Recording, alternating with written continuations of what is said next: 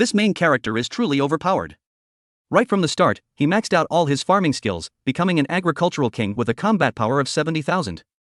Just by casually tossing a carrot, a dragon flying in the sky was one-shot, even a nation-tier archdemon was slammed into the ground with just 3 farmer punches.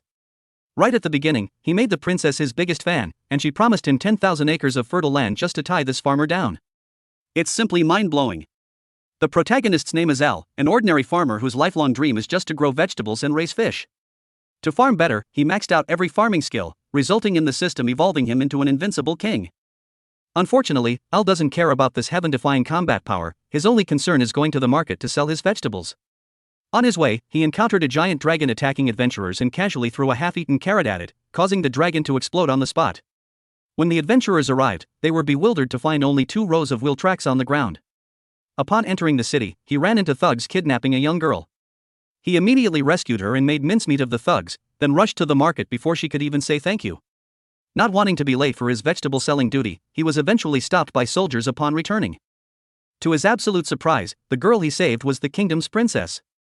Without a second thought, she immediately began recruiting him, determined to have such a talent serve the royal family. Al would rather die than reach the pinnacle of life this way. He flatly stated that farming was the only thing for him and turned to slip away. The princess had to promise him 10,000 acres of prime land in the capital just so he could farm to his heart's content, which finally moved Al. He didn't realize that the thugs he had just processed had stats of up to 500 points. In this world, a level 100 adventurer is already a top-tier boss, and even a legendary hero only has 1,000 points. Al silently looked at his own 65,000 stats and decided it was best not to show off. At that moment, the dragon-hunting adventurers returned to report the situation, so Al quickly retreated to the countryside. Unexpectedly, news arrived that fierce beasts were attacking the capital. If the capital fell, Al wouldn't be able to sell his vegetables. So this time he had no choice but to take action. Simultaneously, a high-ranking official within the royal army revealed his true colors. He was actually a commander of the Demon King's army who had been lurking in the kingdom for years, waiting for a monster invasion to lure the king and princess out and eliminate them. Before he could finish bragging about his plan, Al arrived to save the day. Al absorbed all of the commander's magic. The commander was shocked, wondering what kind of god he was facing, only for Al to say bluntly, "I'm just an ordinary farmer passing by." Honestly, not even a dog would believe that. The commander then swallowed a horde of demons to transform into his final form, scaring the princess out of her wits. However, Al took him down with a single punch, killing him instantly. The remaining demons were so terrified by this monstrous power that they bolted.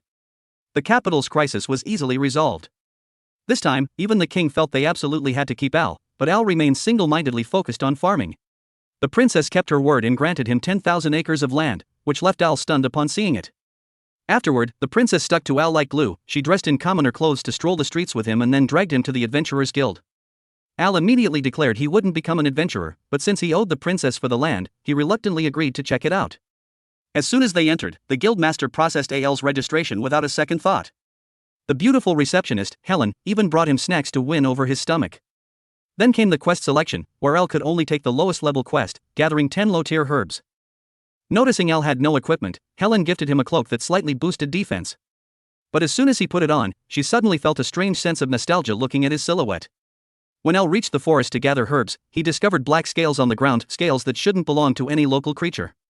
While checking his notes, he found that beastmen were breeding rapidly nearby, and a small party of adventurers helped him out of a tight spot. Just as Al showed them the black dragon scale, an earthquake struck. A colossal, terrifying black dragon slowly appeared nearby. Everyone passing by held their breath in terror, but Al only needed one glance to see its stats, an attack power of 230,000. This creature could wipe out a nation in the blink of an eye. At the same time, Helen woke up from a nightmare in a cold sweat, realizing she was still in her uniform with a cluttered mind. She told her foster mother she had lost her memory again, remembering nothing of what happened after she went home the previous night. Later, Al couldn't find Helen at the guild to report the black dragon sighting. When word of the dragon's terrifying combat power spread, everyone was in deep shock, even speculating it might be the evil dragon of legend.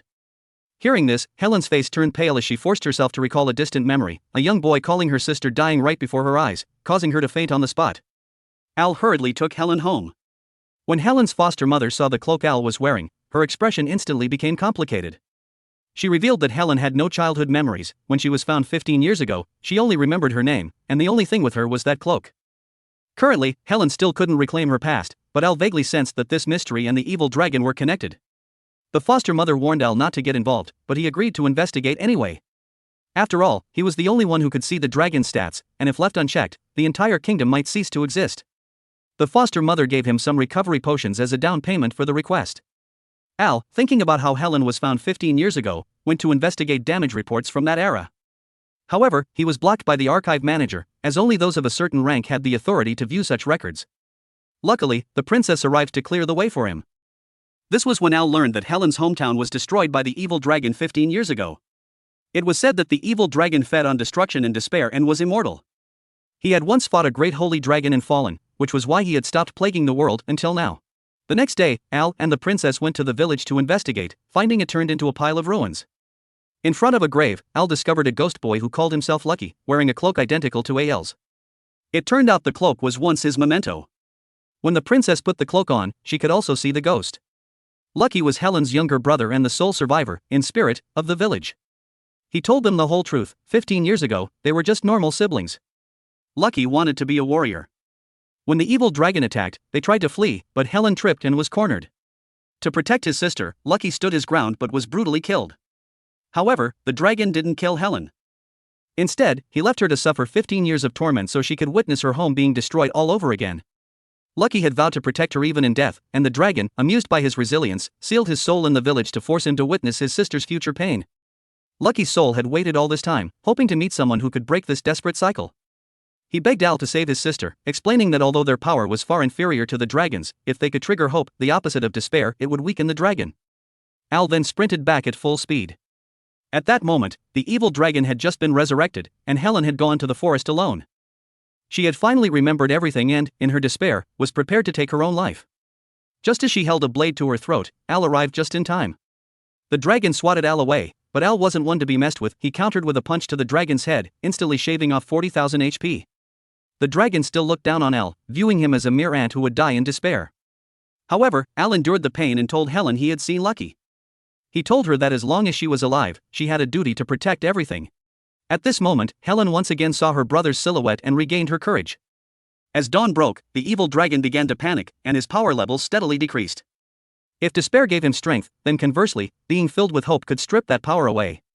By now, El was no longer afraid of the evil dragon. Facing the dragon's downward dive, El knocked him down with a single punch. Thus, the evil dragon's sinful life came to an end. However, to El's surprise, Helen suddenly launched a sneak attack, stabbing him through with a blade. Just as Helen was about to deliver the finishing blow, the holy dragon manifested to help El block the fatal strike. It turned out that Helen had been possessed by the evil dragon.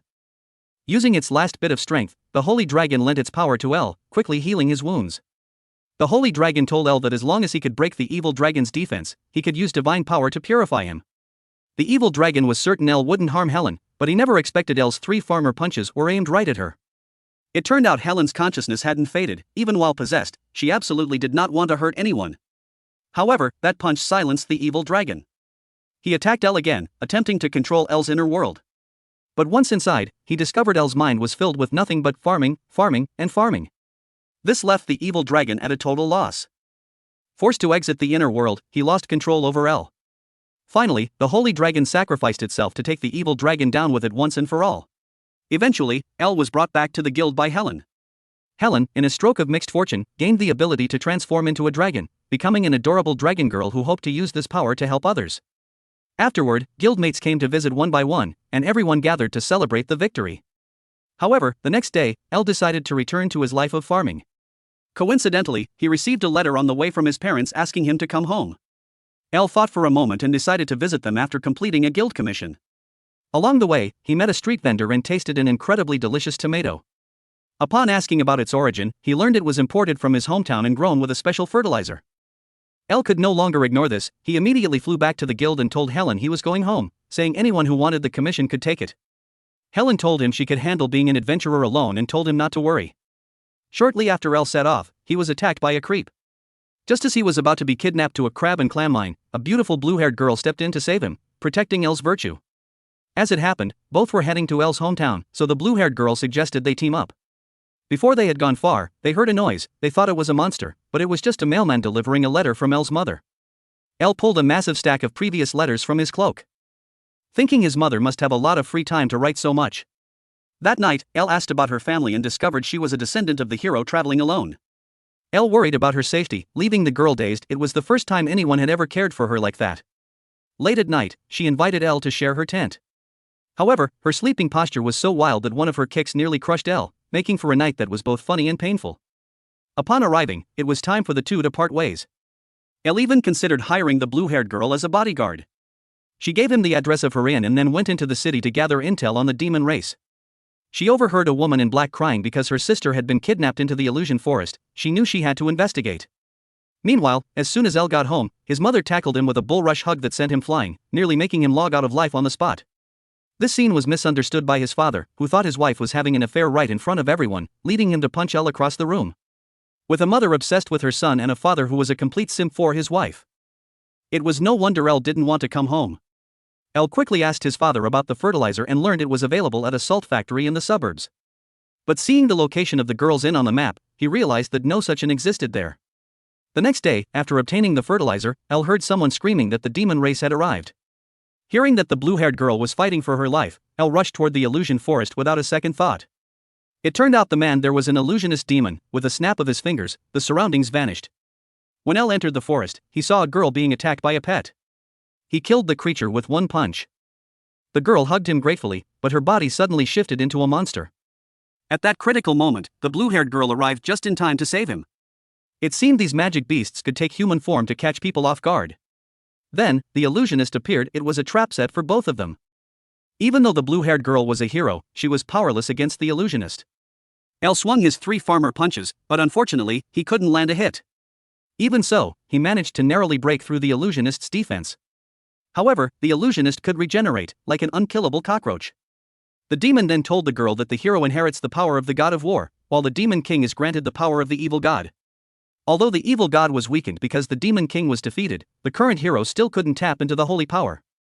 He then summoned 2 more monsters. Seeing the dire situation, the blue-haired girl told Elle she would hold them back while he ran. But he flatly refused. If he ran now, how could he build his harem? So, he stayed to fight. They were beaten mercilessly. The girl fell into despair, feeling useless and ashamed before Elle and her parents. Suddenly, the monster biting Elle turned to stone. It turned out that when the beasts bit Elle, they had consumed the fertilizer he was carrying on his back, killing them instantly. Despite being covered in wounds and barely able to stand, Elle risked everything to save her. In that moment, the blue-haired girl realized that being a hero had nothing to do with raw strength. It was about never giving up on protecting others, no matter the cost. She then unleashed a wave of righteous comfort toward the illusionist and exploded with the power of the god of war, severely wounding him with an arrow. A pillar of light struck from the sky, completely obliterating the illusionist, while Elle collapsed from exhaustion. Unbeknownst to him, he had completely won the girl's heart. He woke up late at night. While walking, the blue-haired girl suddenly heard a strange noise in the forest and became paralyzed with fear, as she was terrified of ghosts. However, Elle realized the voice belonged to his mother. If she found them together, the girl would be in big trouble. Elle immediately grabbed the girl and ran like crazy back to town. The next morning, Elle was nervous about running into his mother again. As the saying goes, speak of the devil and he shall appear. She showed up, and Elle fled into his room, leaving his poor father to become the scapegoat. The next day, his mother refused to let him leave, so Elle had to use his final move. Fal and Helen joined Elle to help with the farming. However, the capital soon fell into crisis as monster attacks increased, logistics were cut off, and prices skyrocketed. People across the country couldn't even afford basic food.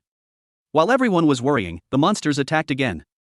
Guards and adventurers fought bravely but were overwhelmed by the numbers. Fortunately, a prince from a neighboring country arrived with reinforcements, wielding a holy sword to drive the monsters back.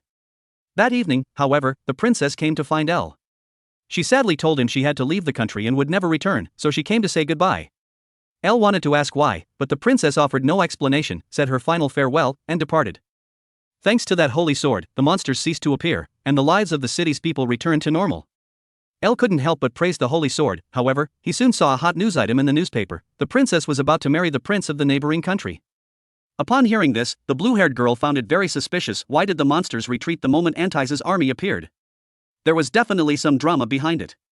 Thanks to Elle's mother, a former member of the most powerful intelligence organization, she investigated and revealed the truth. Antai's was actually using the monsters to attack the capital just to create an opportunity to marry the princess. Learning the truth, Elle decided to personally go and rescue her, but sneaking into the neighboring country was no small feat. At the critical moment, the mailman stepped up to guarantee their entry. Meanwhile, the prince was meeting with representatives from other countries. These nations had been ravaged by monsters and, for their own safety, were willing to sacrifice many interests to beg the prince for help with his holy sword. The prince was beyond arrogant. He immediately ordered the demon race to send more monsters to attack other nations. The demon race did not want their kin to die in vain and intended to refuse, but the prince immediately used a demon's lover as a threat. To protect his loved one, the demon had no choice but to submit to the human's authority. The princess felt uneasy seeing this, though she didn't know the whole truth yet. She could see that this prince was not a good person. On the other side, the mailman handled the infiltration procedures. He then entrusted the task of rescuing the princess to Elle. The three of them only needed to disguise themselves as a wedding carriage to pass through smoothly, while the mailman himself went to summon the monsters. When the time came, he planned to expose the holy sword as a fake in front of everyone, which would naturally ruin the wedding. The mailman also confessed that he was actually part of the demon race. Since his earliest memories, he had been cared for by Elle's mother, which gave him a sense of belonging in human society. He also revealed that the demon being blackmailed by the prince was in love with a human girl who lived in the human kingdom. The prince was exploiting this to control the demon race and attack humans. Just as the scumbag prince was preparing for the grand wedding, Elle finally finalized his battle plan. He intended to first disguise himself as an ordinary farmer, rescue the monster hunter held captive in the royal palace, and then bring them to the wedding scene. Once the blackmailed demon saw his lover was safe, he would surely expose the truth about the fake holy sword in front of the crowd. However, the plan couldn't keep up with the changes. Elle and his group were stopped and interrogated by soldiers as soon as they arrived. Elle hastily explained he was a farmer delivering vegetables, but he was immediately deemed suspicious and chased away. Out of options, Helen had to toss Elle away, and he luckily landed right in the hostages' room. Guards quickly heard the noise and rushed in, forcing Elle to unleash his farmer version of the flying thunder god technique, instantly taking them all out. After telling the hostage the truth, he immediately carried her and ran outside, where he happened to meet the two girls. They told Elle to go protect the princess while they took charge of luring away the pursuers. Just as the two sides finished their vows and prepared for the ceremonial kiss, Elle appeared before everyone and exposed the prince's crimes, declaring that his holy sword was a fake. The prince remained stubborn, claiming that everyone present had witnessed the sword's power. Elle suggested they verify it on the spot. Coincidentally, numerous monsters appeared in the capital at that moment. Everyone looked to the prince to use the holy sword to drive them away. The mailman even thoughtfully brought the prince his sword. This time, the prince was caught in a dilemma. He knew better than anyone what kind of quality the sword really was. Elle took the holy sword and threw it at a monster. To everyone's shock, the monster bit the sword and snapped it in half. The demon gazelle then blew a flute to control the monsters to retreat and exposed the prince's blackmail. The thing that truly controlled the monsters was the flute in his hand, which only the demon race could use. Seeing his plot exposed, the prince began to laugh maniacally, saying the princess's country was doomed because he had already sent a massive army of pets to attack the night before. He claimed that by throwing a few monster carcasses, he could lure the beasts even without the flute. A kingdom without the royal family to witness its defense would surely have no strength to resist. However, Helen and the blue-haired girl told the prince his plan would fail. It turned out that since the last monster attack, the soldiers and guild adventurers had asked them for special training. Their combat strength was now far beyond what it used to be. Therefore, the princess did not need to sacrifice herself for the country's security. At that moment, the soldiers arrived and surrounded the prince. It turned out that while they were escaping earlier, Elle and the others had already informed the soldiers of the prince's crimes. Driven mad with rage, the prince tried to stab the princess's father, but he was stopped by a flying carrot. Elle then delivered a farmer's punch, taking him out on the spot. After this farce, the capital returned to peace, and the princess personally visited the Adventurers Guild to give out rewards. Because she had been following Elle incognito, Helen thought she looked familiar. Elle hastily explained that she just had a generic face, which was why she wasn't particularly beautiful. Unfortunately, this comment was overheard by the disguised princess, who immediately demanded a beauty showdown with the blue-haired girl. Even though Elle ran to the fields, he couldn't escape the chaos. It turned out that the reason Elle had always avoided intimacy with girls was because of a pink-haired girl. 15 years ago, while delivering vegetables to a neighbor, Elle met an orphan girl named India who had been caught stealing vegetables. To stop her from stealing again, the villagers were planning to sell her to slave traders. In her struggle to escape, India bit a villager and ran off with a basket of Elle's potatoes. Carrying his mother's home-cooked meal, Elle found India in the mountains. The girl was very wary of him, so Elle placed the food on the ground and quietly left. After several days of feeding her, India finally stopped hiding and was even willing to share her food with Elle. But at that moment, the villagers found them and seized India, insisting on selling her to the slave traders. Even though Elle knelt and begged, promising to grow more vegetables to compensate them, it was useless. Fortunately, Elle's father happened to pass by. Understood the situation, and agreed to use the family's entire food supply as compensation to get the villagers to let India go. At that point, India took out the potatoes she had taken earlier and returned them to Elle. With his father's permission, Elle brought India home. From then on, India became El's younger sister, and the whole family lived happily together for 2 years. Until one day, El's parents decided to go to the capital to trade for a larger house, leaving the household farming duties to El. Just then, his friends pulled out a map, claiming there was hidden treasure in the forest near their village, and invited El to join the search. Thinking he might be able to bring back a gemstone for India, El was moved and left India at home to guard the house while he and his friends headed into the woods. During this time, El wondered why India always clung to him and refused to interact with others. After much hesitation, his friends finally told him the truth. India was still being bullied by the villagers, and it was for this reason that El's parents had decided to move to the capital. Hearing this made El feel incredibly uneasy. Later, the two followed the map to a large rock, where his friend accidentally triggered a switch, causing them both to fall into an underground palace. Inside, El touched a stone tablet and saw a terrifying evil spirit before losing consciousness. He didn't know how much time had passed, but El eventually woke up to India calling his name. It turned out that after he fainted, a volcano in the forest suddenly erupted, with lava submerging the village and the fields. The villagers fled to a distant refuge, but the bridge leading to the outside world had been destroyed, making it impossible to call for help. The remaining food in the village was severely scarce, and everyone was trapped. El's father was injured and very weak. India considered stealing food from the village chief's house, but, remembering everything El had done for her, she managed to restrain herself. Instead, she gave all of her food to El, lying that the capital had sent relief supplies. In the end, El survived, but India died of starvation due to malnutrition. Only then did El realize there were no relief supplies. India had sacrificed her own life to save him. To this day, El still feels that India's death was his fault, and so he decided that for the rest of his life, he would never stop farming until no one ever had to starve again. He even had his harem members join him in farming. However, recently, weeds had begun to spread rampantly. To El, these were even more annoying than demons, so he immediately went to buy herbicide. On his way, he happened to see a human trafficker boldly kidnapping a child in broad daylight. Without a second thought, El rushed over. A few lackey soldiers saw him interfering and, without a word, drew their daggers and lunged at him. El used his farmer's fist technique to make quick work of them, scaring the trafficker so badly that he fled instantly. El then picked up the kidnapped girl, only to discover that she belonged to the demon race. At that moment, the mailman arrived and recognized her at a glance. It turned out she was the Demon King's only daughter. Uria. El was astonished, wondering why the probability of a princess being kidnapped was so high. Uria looked at El piteously, begging him to help save the demon race. She explained that the demon nanny who cared for her had suddenly looked terrified, saying it was dangerous there, and then, without explaining why, used teleportation magic to send her away. Uria felt that the demon race must have met with a great disaster, but the demon territory was far across the sea, and a boat trip would take at least 3 days. Although El was worried about his fields, seeing Uria's pitiful expression made him soften his heart and agree. He then used a high-speed movement technique to carry the girl across the ocean. Upon landing, they immediately encountered the demon nanny. El was instantly on guard, and the nanny, without a word, raised her hand and unleashed a purple lightning attack. El quickly blocked it with his fist to protect Uria. He tried to lure the nanny's attacks toward himself, but she didn't fall for it and continued to target Uria. El realized the nanny was definitely being controlled, so he circled behind her and delivered a sweep kick that sent her flying. Uria couldn't understand why her normally gentle nanny had turned into this. Just as the two were about to head to the Demon King's city to uncover the truth, the nanny stood up again, prepared to strike them down. In the nick of time, El's mother arrived and nearly knocked the opponent out with a single punch. However, her sudden appearance made El feel strangely uneasy for some reason. Later, the three arrived at the Demon King's city, only to find it in total chaos, with the Demon King unconscious beneath his throne. A soldier, seeing the princess was safe, immediately told them to leave quickly because a terrifying female demon was nearby. But before he could finish his sentence, El's mother drew her sword and slashed at Uria. Fortunately, El was prepared and grabbed his mother's wrist.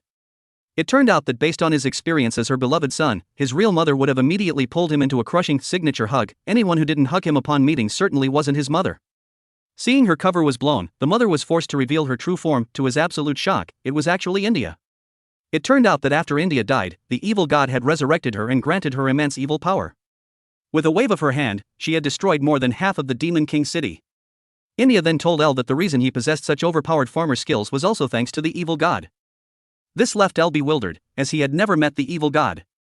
However, India insisted that he had met the evil god long ago and that if he submitted to the god, she would tell him the truth. Just as India was about to take the opportunity to control El, Uria suddenly called out and woke him up, making India so angry she prepared to strangle the girl. In that crucial moment, the pendant around El's neck suddenly emitted a bright light. Shannon, the agricultural deity, had finally manifested. She not only purified the evil god's power within El's body but also granted him her own strength, while simultaneously reversing time to the moment before India struck. Elle quickly used Shinon's power to make the weeds in the ground bind India tightly. At that same time, the demon nanny arrived to join the fight against the female demon. Once on the ground, India completely lost interest in fighting. Declared she wanted to meet Elle privately, and then vanished.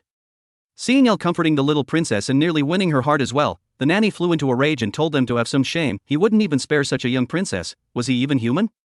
Afterward, Elle set out on his journey back. Knowing that he had the evil god's power inside him, he kept reflecting on his childhood adventure. He felt that the adventure and the evil god were definitely connected, so he sought out his old friend, but the friend clearly didn't want to tell him the truth and quickly changed the subject. On his way back to the capital, Elle encountered a creep again.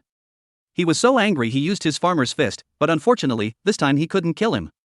He could only make a pathetic escape, but luckily, the adventurer trio happened to pass by and helped him out. Later, when checking his ability stats, he discovered that they had decreased significantly, likely due to losing the evil god's power. Although Elle was very suspicious and didn't fully understand the truth of the past, he decided to play the role of a good farmer for now so as not to worry Helen and the others, waiting for the right moment to act. That's the end of the story. Please smash that subscribe button and turn on notifications to see the latest videos. Thank you.